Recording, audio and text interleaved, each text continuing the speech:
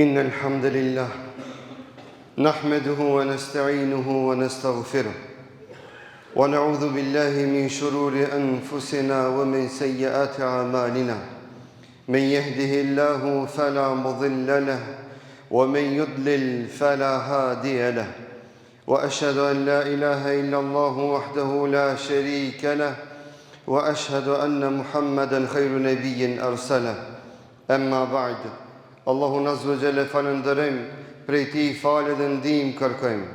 Salavat dhe selamet i dërgoj Muhammed Mustafa sallallahu alaihi wasallam, familjes së tij të ndershme, shokëve të tij fisnik dhe gjithë pasuesve të rrugës së tij deri në ditën e gjykimit. Falënderojmë dhe madhërim Allahun azza wa jalla për mirësitë dhe begatitë e tij të mëdha, në veçantë për mirësinë dhe begatinë e Islamit dhe imanit, që na bëjnë dobi në çastin dhe në momentin ku s'ka dobi nga malli as nga evlade. Fillojmë hutbën e kësaj jave me fjalët Allahu Akbar, la ilaha illa Allahu, wallahu akbar, Allahu akbar, walillahil hamd. Një praktik e selefit ton të dashur, që në 10 e fundit, në 10 e parë, në ditët e 10 të para nga muaji Dhul-Hijja, ata me këto fjalë ju afronin Allahut azza wa jall në formë të përditshme dhe pandal. Saqë Ebu Hurajra radhiyallahu anhu me Ibn Omerin radhiyallahu anhu dilnin edhe në tregjet e Medinës dhe thonin Allahu Akbar, la ilaha illa Allahu, wallahu akbar, Allahu akbar, walillahil hamd. Dhe besimtarë që ishin në treg dhe në rrugë, ju bashkan gjitnin Ebu Hurajrës dhe Ibn Omerit radhiyallahu anhu në këtë madhërim që a drejtojnë Allahut të madh, i cili është i vetmi, i cili e meriton këtë madhërim. Madhërimi Allahut azza wa jall me fjalët Allahu akbar, Allahu është më i madhi, Allahu është më i madhi. La ilaha illa Allahu, wallahu akbar. Nuk ka zot që meriton të adhurohet më të drejtë përpos Allahut azza wa jall, dhe sa Allahu është më i madhi. Allahu akbar, walillahil hamd. Allahu është më i madhi dhe vetëm Allahut i takon hamdi. Fjalë të mëdha që janë adhurim dhe ibadet në vete, me të cilët besimtari në këto 10 ditë të muajit Dhul-Hijja duhet të afrohet Allahut azza wa jall. Me këtë afrim i përngjason edhe haxhilerëve që këtë fjalë pandal dhe rjedhazi e përdorin dhe e citojnë gjatë qëndrimit të tyre në meshair dhe në vendet e shenjta. Allahu është ai i cili meriton të adhurohet në gjitha gjendjet tona. Dhe na jemi musliman dhe e adhurojmë Allahun në gjitha gjendjet tona. Por ka disa stina, ka disa momente të mëdha që Allahun azza wa jall hala më tepër e gëzojnë tekbiret tona. Hala më tepër e gëzojnë tahmidet tona. Falënderimet tona që na ja drejtojmë të madhit Zot. E një besimtar që gjuhën e tij e ka të lidhur me falënderimin dhe lartësimin e Zotit të Madh, Allahu azza wa jall zbret mëshirën e tij dhe kënaqësinë e tij mbi atë rob. Jemi në këto 10 ditë të para të muajit Dhul-Hijja, që janë ditët më të mira të dunjos, siç përshkruhet në hadithet e pejgamberit sallallahu alajhi wasallam, që pjesërisht përmendëm në xhumon e kaluar. Këto janë ditët më të mira të dunjos, jo të vitit, të dunjos. Ky Zot i Madh i cili ka kriju këtë dunjë të madhe me gjitha begatijat e veta, na e ban të ditën përmes gjuhës së sinqertë të Muhammed Mustafa sallallahu alaihi wasallam, të pejgamberit më të sinqert, se këto janë ditët më të mira të kësaj dunjoje.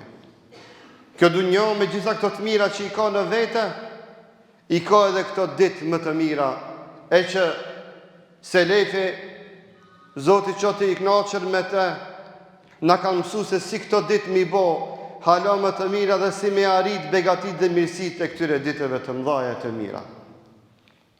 Brenda këtyre ditëve më të mira të dunjos, është edhe dita më e madhe e vitit.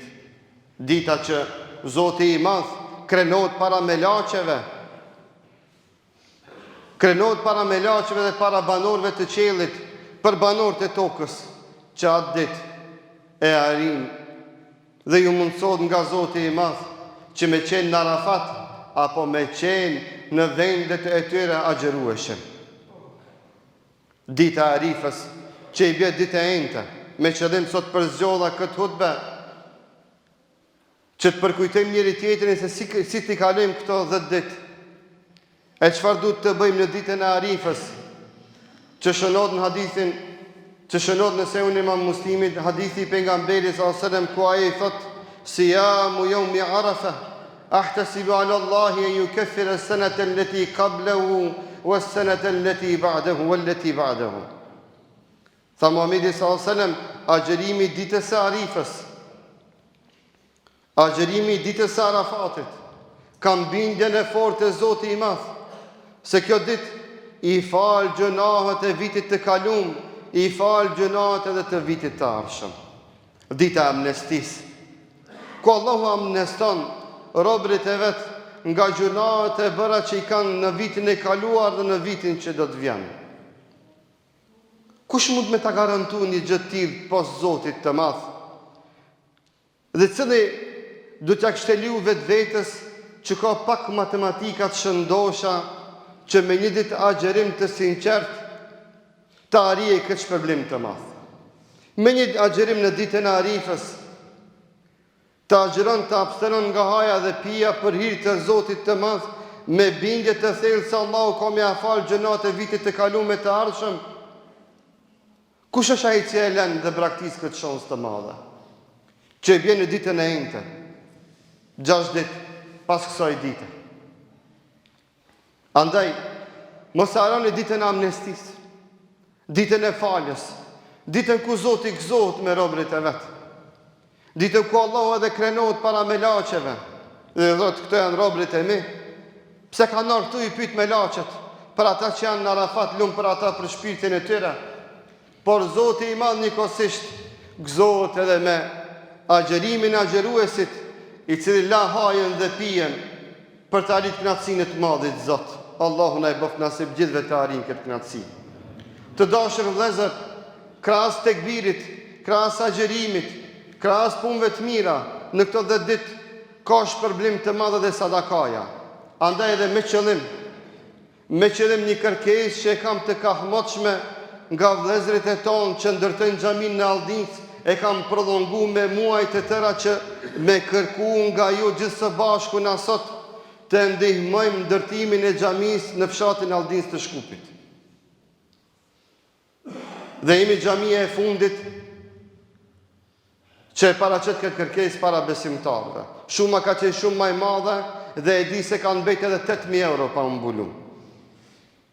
Që ajo xhami të përthekohet dhe edhe në atë vend, edhe në atë cep të qytetit ton, të thirrët e zoni, e të madhërohet Zoti me fjalën Allahu Akbar, Allahu Akbar. Shifeni çdo se kthehet në fjalën Allahu Akbar, Allahu Akbar. Ai që e lartëson Zotin e Madh në këtë dunjë me fjalën Allahu Akbar, Allahu Akbar, ai besimtar do të dallohet me nurin e Zotit në ditën kur do të dalin para Allahut subhanahu wa taala. Me qëllim e kam lënë që në këto 10 ditë të mëdha të muajit Dhul-Hijja që të kontribojmë gjithë së bashku në përfundimin e ndërtimit të kësaj xhamie. Andaj to avoj një gjë me dije, sot jemi, nesër nuk jemi. Xhamia e Isabeut është këtu, Isabeu nuk është këtu. Ama na gjithë që falemi këtu, shpërblimet i shkojnë atij rahmetlis. Nesër edhe unë edhe ti do të bëhemi për rahmet, se që do të falet në atë xhami. Unë dhe ti kina me fitu se vape, nëse na sot, në këto ditë të mëdhaja, e bëjmë zemrën ngurë dhe me fjalën Allahu Akbar dhe sinqeritet, japim sadaka në hasrën e xhamis për me çu këtë emanet në ndërtimin e xhamis në Aldincë. Zotin e Madh e lut që Allah gjithve sadakat tua pranon. Zotin e Madh e lut që Allah gjithve zemrat të na i zbut. gjithve dorë të na e qelë, zemrat të na e qelë, dhe gjithve të na i bën nasip që t'japim sadaka me vetmin qëllim për të arritur kënaqësinë e Zotit të Madh.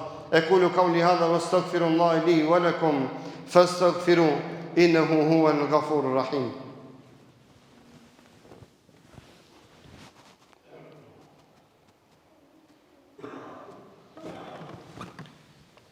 الحمد لله حمدا كاملين كما أمر واشكروه وهو الذي وعد المزيد لمن شكر وأخرجوا حب الدنيا من قلوبكم فإنه إذا استولى أسر واعلموا أن الله أمركم بأمر عميم في كتابه العزيز فقال إن الله وملائكته يصلون على النبي يا أيها الذين آمنوا صلوا عليه وسلموا تسليما اللهم صل على سيدنا محمد وعلى آل محمد كما صليت على إبراهيم وعلى آل إبراهيم في العالمين إنك حميد مجيد وبارك على محمد وعلى آل محمد كما باركت على إبراهيم وعلى آل إبراهيم في العالمين إنك حميد مجيد اللهم أرنا الحق حقا وارزقنا اتباعه وأرنا الباطل باطلا وارزقنا اجتنابه اللهم انصر إخواننا المسلمين في غزة اللهم انصر إخواننا المسلمين في غزة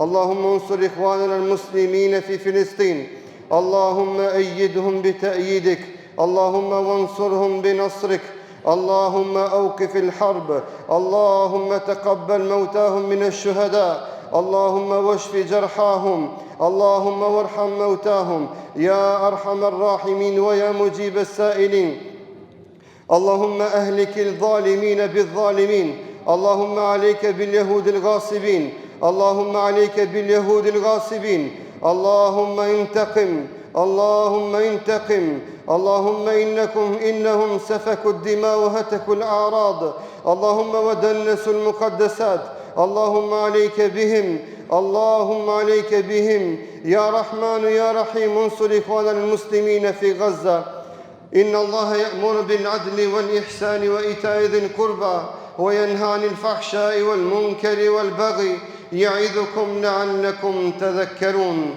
أقم الصلاة